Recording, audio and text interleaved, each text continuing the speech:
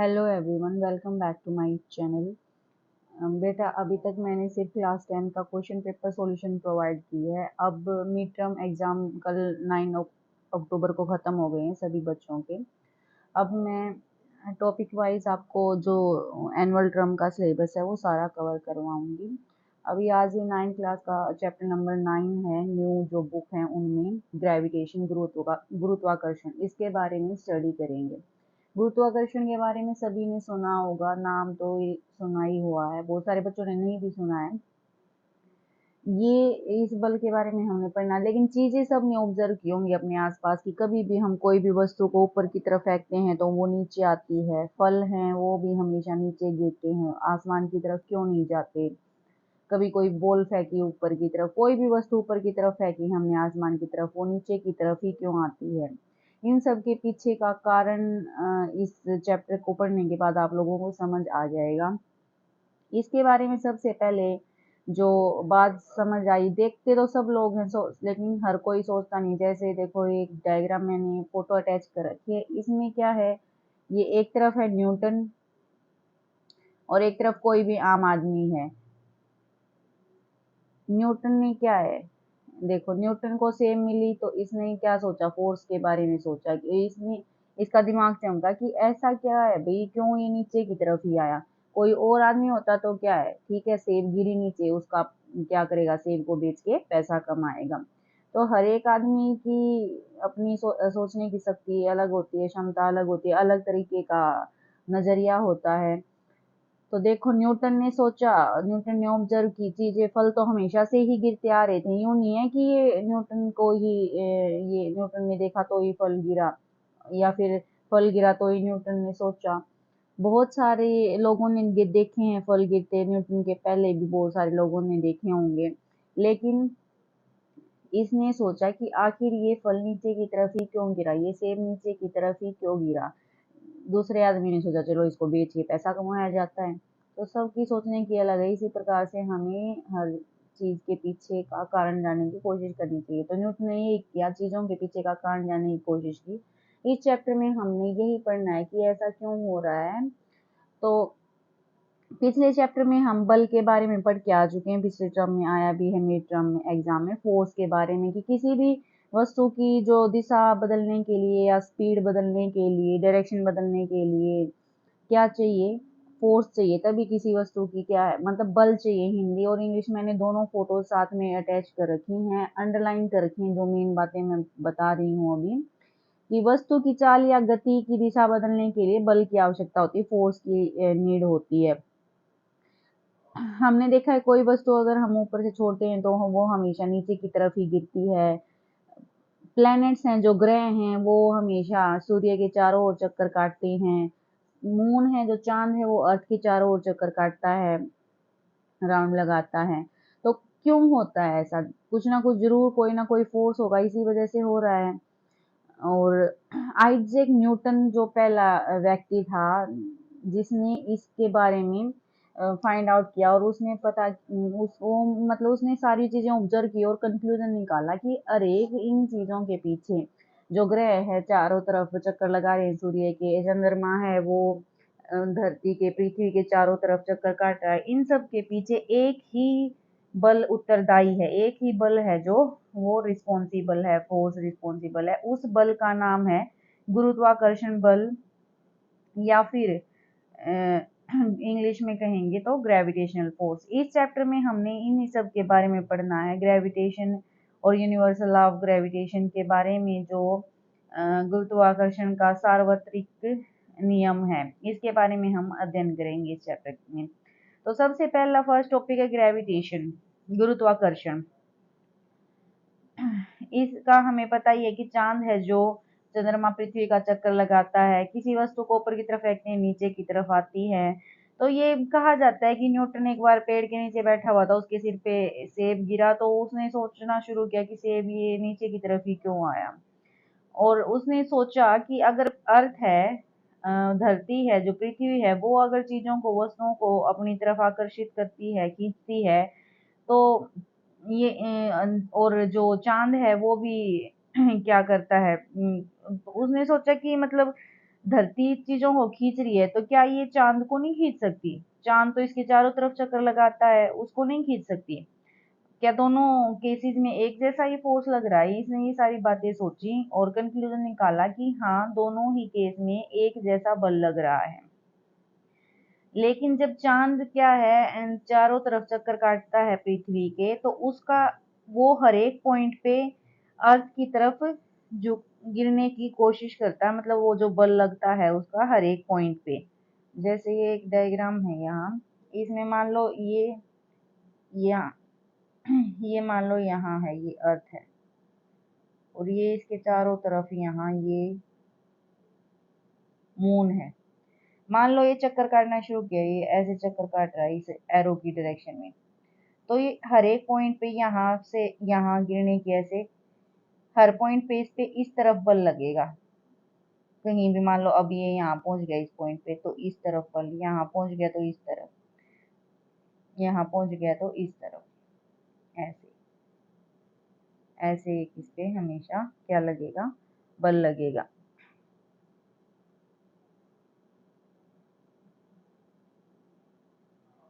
तो इसका मतलब क्या है कि the moon falls towards, he argued that at each point of its orbit, अपने ऑर्बिट के हर एक पॉइंट पे क्या है, जो इसका कक्ष है उसके हर एक पॉइंट पे क्या है, ये चांद उस सीधी लाइन में मूव करने की कोशिश करता है।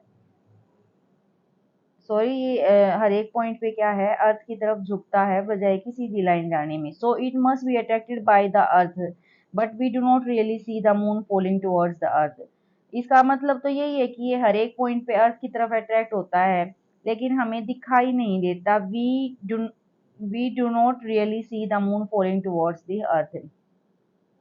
इस ये समझने से पहले हम ये एक एक्टिविटी समझ सकते हैं की भी होगी। एक छोटी सी पत्थर को एक धागे के साथ बांध के, जैसे ये बच्चा खड़ा हुआ है, इस अपने हाथ को क्या है अपने हेड सिर से क्या थोड़ा ऊपर ले जाके उसको चारों तरफ ऐसे चक्कर काटना है। तो आपने देखा होगा ये गिरता नहीं है पत्थर जब तक हम बल लगाते रहते हैं, और बल लगाने की वजह से ही ये क्या है सर्कुलर पाथ में घूमता रहता है। और जब तक धागे को छोड़ेंगे नहीं, पत्थर क्या है हमेशा सीधी इसमें सर्कुलर पाथ में मूव करेगा। लेकिन जैसे ही धागे को छोड़ दोगे, पत्थर क्या है मतलब गिर जाएगा। और धागे को छोड़ने से पहले stone moves in a circular path with a certain speed and change direction at every point. हर एक पॉइंट पे क्या होती है, इसकी दिशा बदलती है। देखो ये अभी वही समझा था। अभी यहाँ इस पॉइंट पे है, यहाँ इस पॉइंट पे डायरेक्शन देखेंगे तो ये है। यहाँ मान लो कुछ टाइम बाद यहाँ आ गया पत्थर, इस पॉइंट पे डायरेक्शन देखेंगे तो ये हो जाएगी इधर सीधी। यहाँ यहाँ देखेंगे तो ऐसी डायरेक्शन, इस पॉइंट पे देखेंगे तो ऐसी डायरेक्शन हो जाएगी।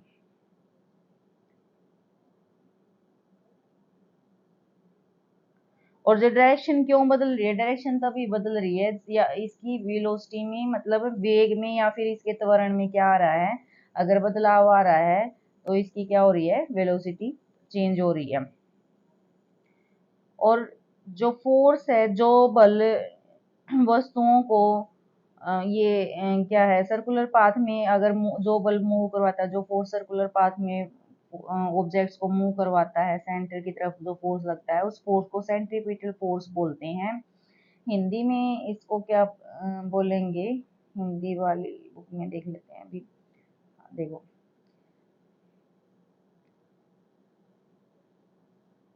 ये लिख रखा, धागे को छोड़ने से पहले पत्थर एक निश्चित चाल से वृत्ताकार पथ में गति करता है। जब तक धागे को छोड़ेंगे नहीं, ये इसमें ये आप करके देख सकते हो घर पे भी एक्टिविटी, तब तक तो क्या है, जो पत्थर है वो एक वृत्ताकार पथ में गति करता रहेगा निश्चित चाल के साथ। और प्रत्येक बिंदु पर उसकी गति की दिशा क्या रहती है, बदलती रहती है। अभी मैंने डायरेक्शन का ये समझाया था इस केस में, यहाँ पे अभी ये बताया था कि यहाँ हर पॉइंट पे क्या है, डायरेक्शन चेंज हो रही है। मान लो इस पॉइंट पे ऐसे डायरेक्शन होगी, हर पॉइंट पे क्या है इसकी डायरेक्शन बदलती रहती है। और जिस बल के कारण जिस बल के कारण यह त्वरण होता है, ये वाली चीज है इंपॉर्टेंट, जिस बल के कारण यह त्वरण होता है तथा जो वस्तु को वृत्ताकार पथ में गतिशील लगता है वह बल केंद्र की ओर लगता है, इस बल को अभिकेंद्र बल कहते हैं। तो कंक्लूजन क्या है कि जो बल वस्तुओं को वृत्ताकार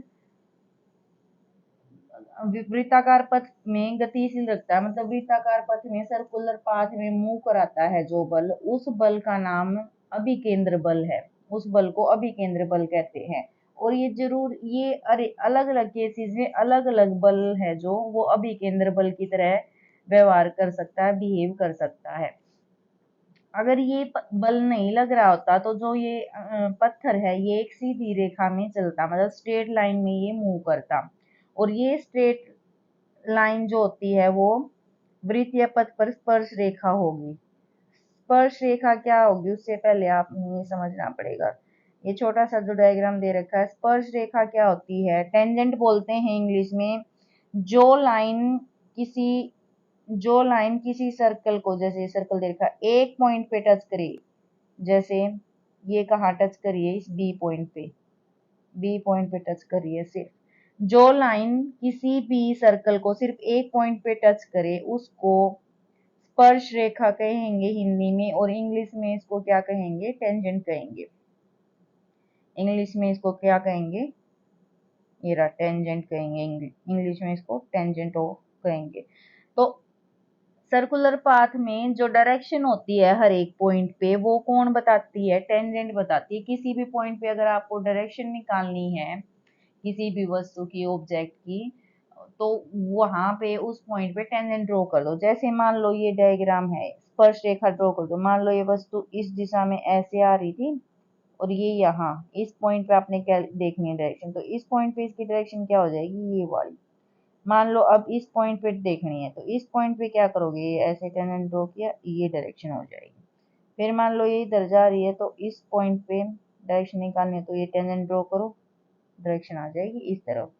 तो इस तरह से इसकी डायरेक्शन हम फाइंड आउट कर सकते हैं। जैसे ही मान लो पत्थर के साथ घूम रहा था पत्थर, मान लो इसको पत्थर को यहाँ इस पॉइंट पे, पत्थर को मान लो इस पॉइंट पे छोड़ दिया है, रिलीज कर दिया, अब फोर्स लगाना बंद कर दिया, तो ये पत्थर सीधा ऐसे जाएगा सामने की तरफ। मान लो इस पॉइंट पे छोड़ा तो ये पत्थर ऐसे चला जाएगा, जिस भी डायरेक्शन में हम रोटेट कर रहे होंगे उसके अनुसार। तो इसमें अभी तक सिर्फ दो ही डेफिनेशन, एक तो इम्पोर्टेंट यही डेफिनेशन आई कि सेंट्रीपिटल फोर्स किसे कहते हैं। सेंट्रीपिटल फोर्स कौन सा होता है, सेंट्रीपिटल फोर्स वो फोर्स होता है जो किसी भी ऑब्जेक्ट को सर्कुलर पाथ में मूव कराता है। हिंदी में इसको क्या बोलते हैं, हिंदी में इसको बोलते हैं अभिकेंद्र बल। हिंदी में इसको बोलेंगे अभिकेंद्र बल, जो किसी भी वस्तु को वृत्ताकार पथ में गतिशील बनाए रखता है, उस बल का नाम अभिकेंद्र बल है। और अगर ये बल ना लगे तो वस्तु सीधी दिशा में जाएंगी, सरल रेखा में जाएंगी, स्ट्रेट लाइन के अलोंग उनका मोशन हो जाएगा। उसके बाद क्या है कि ये तो बात होएगी कि एप्पल है वो नीचे की तरफ अर्थ की तरफ अट्रैक्ट हुआ, तो उल्टा क्वेश्चन भी तो अराइज होना चाहिए, आप लोगों के दिमाग में भी होना चाहिए, न्यूटन के दिमाग में भी आया कि क्या एप्पल है, एप्पल को तो अर्थ ने अट्रैक्ट कर लिया, पृथ्वी ने सेब को अपनी तरफ आकर्षित कर लिया, क्या सेब भी आकर्षित कर सकती है पृथ्वी को? इफ सो अगर ऐसा है तो हमें दिखाई तो नहीं देती कि अर्थ है जो पृथ्वी है पूरी वो एक सेब की तरफ मूव करे, उसकी तरफ चलती हुई हमें दिखाई नहीं देती। अगर बल लग रहा है उस पे भी तो क्यों नहीं दिखाई देती? तो इसको समझने के लिए हमें पिछले चैप्टर वाली बातें फिर से समझनी जरूरी है, रिवाइज करनी जरूरी है कि क्या है, बल तो जरूर लग रहा है, जब अर्थ है वो एप्पल को अपनी तरफ खींच रही है तो इसका मतलब एप्पल भी कुछ ना कुछ बल जरूर लगा रही होगी, क्योंकि हम पिछले चैप्टर में पढ़ के आ चुके हैं न्यूटन के तीसरे नियम के अनुसार, थर्ड लॉ के अकॉर्डिंग, कि जो क्या है, every action has equal and opposite reaction, मतलब एक बॉडी फोर्स लगाएगी तो दूसरी बॉडी भी उस पर उतना ही फोर्स लगाएगी इक्वल, लेकिन अपोजिट डायरेक्शन में, और दोनों फोर्सेस एक्शन और रिएक्शन हमेशा अलग अलग वस्तुओं पे होते हैं। तो अगर अर्थ फोर्स लगा रही है तो एप्पल भी फोर्स लगा रही होगी। अब दूसरे तो लेकिन फिर हमें मूवमेंट तो सिर्फ सेब की दिखाई देती है, सेब गिरता है अर्थ की तरफ, अर्थ तो नहीं मूव करती। तो इसको समझने के लिए फिर हम इसी में सेकंड लॉ डिस्कस करेंगे, जो दूसरा नियम था न्यूटन का। दूसरा नियम क्या कहता था न्यूटन का, कि जो फोर्स है या जो एक्सलरेशन है, मतलब जो मोशन दिखाई देगा, त्वरण दिखाई देगा, जो गति दिखाई देगी, वो मास पे, द्रव्यमान पे उल्टी निर्भर है। मतलब द्रव्यमान ज्यादा होगा तो त्वरण क्या हो जाएगा, कम हो जाएगा। ये जो फॉर्मूला यहाँ लिखा हुआ है, F equal to M A equal to F by M. A क्या है यहाँ, त्वरण है, एम क्या है, द्रव्यमान या फिर मास है। अगर मास ज्यादा है तो एक्सेलरेशन क्या हो जाएगी, कम हो जाएगी। अब फोर्स तो उतना ही लग रहा है जितना एप्पल लगा रही थी अर्थ पे, और अर्थ लगा रही है एप्पल पे, दोनों इक्वल हैं, सेम है। लेकिन अर्थ का जो मास है, अर्थ का मास क्या है, अर्थ का मास है बहुत ज्यादा।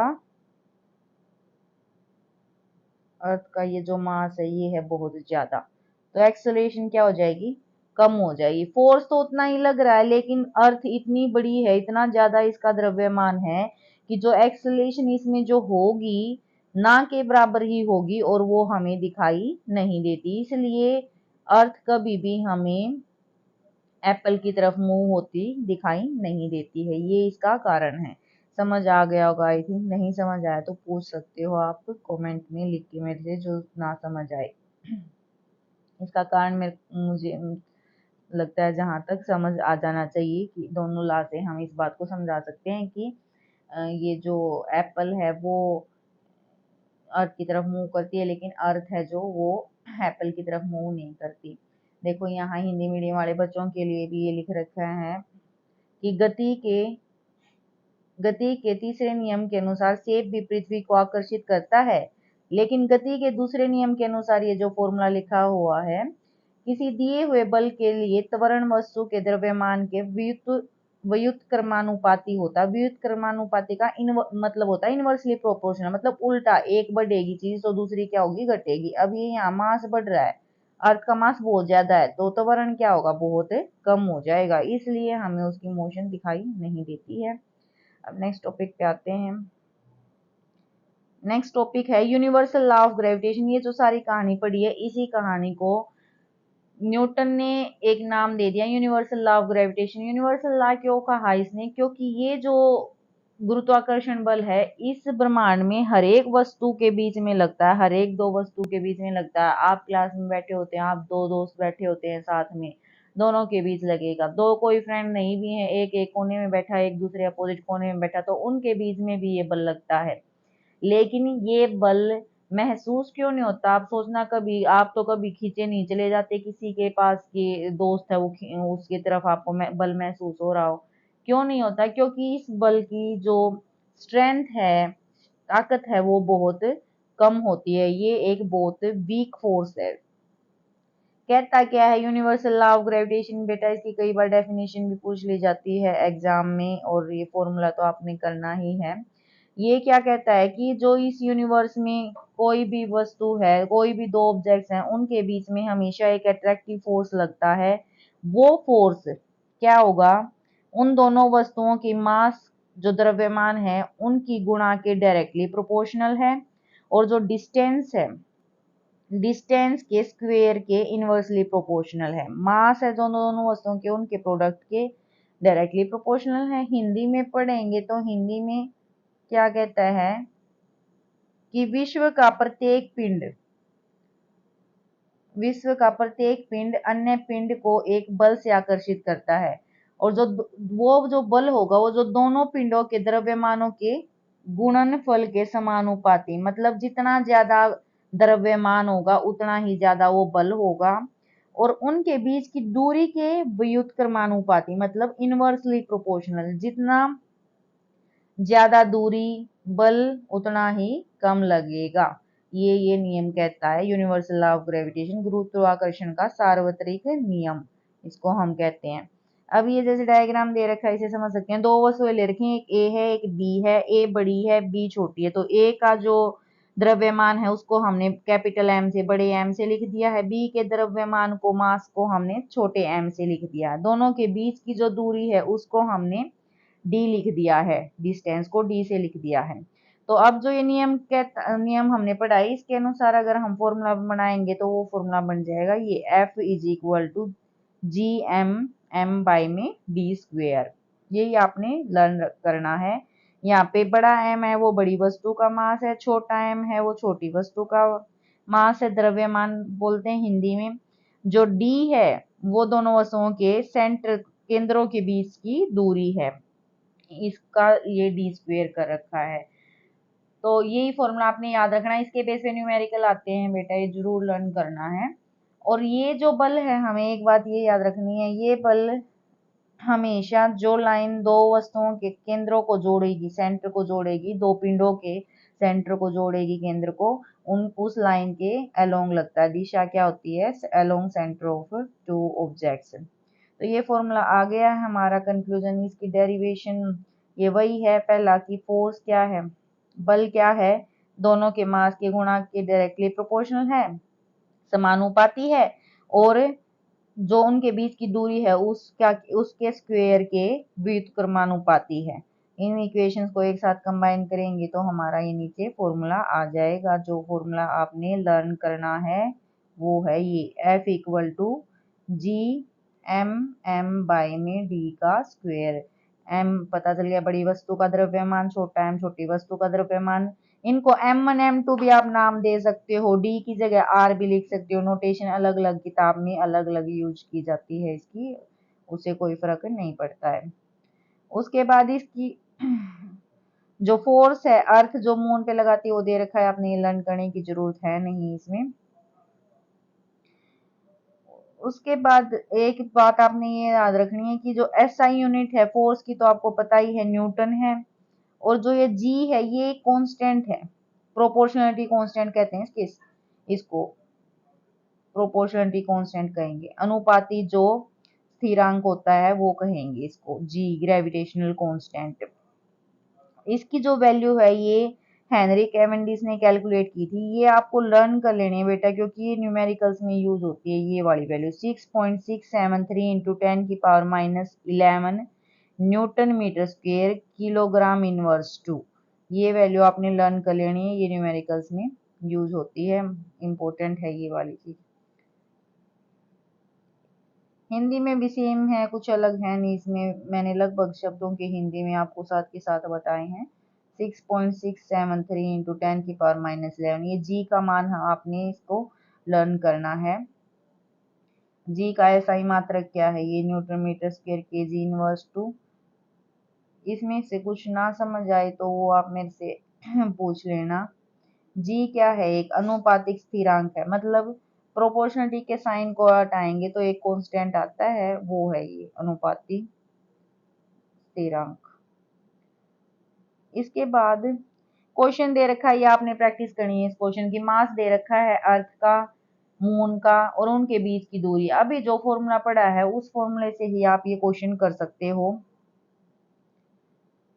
उसके बाद ये एनसीईआरटी क्वेश्चंस हैं, खुद आपने हमने डिस्कस कर लिया। आप इनके आंसर्स लिख सकते हो कॉपी में, अपनी नोटबुक बना सकते हो। यूनिवर्सल लॉ ऑफ ग्रेविटेशन बताना पहले हमने ये पढ़ लिया है। उसके बाद फॉर्मूला लिखना है आपको इसका, फोर्स का, जो अर्थ और किसी भी वस्तु के बीच में लग रही है। फॉर्मूला भी हमने अभी देख लिया है। उसके बाद लास्ट टॉपिक है ये आज के लिए, importance of universal law of gravitation. ये भी मोस्ट इंपॉर्टेंट क्वेश्चन और बहुत बार ये एग्जाम में रिपीट होता है, ये क्वेश्चन पूछ लिया जाता है, इंपॉर्टेंस क्या है ग्रेविटेशन की।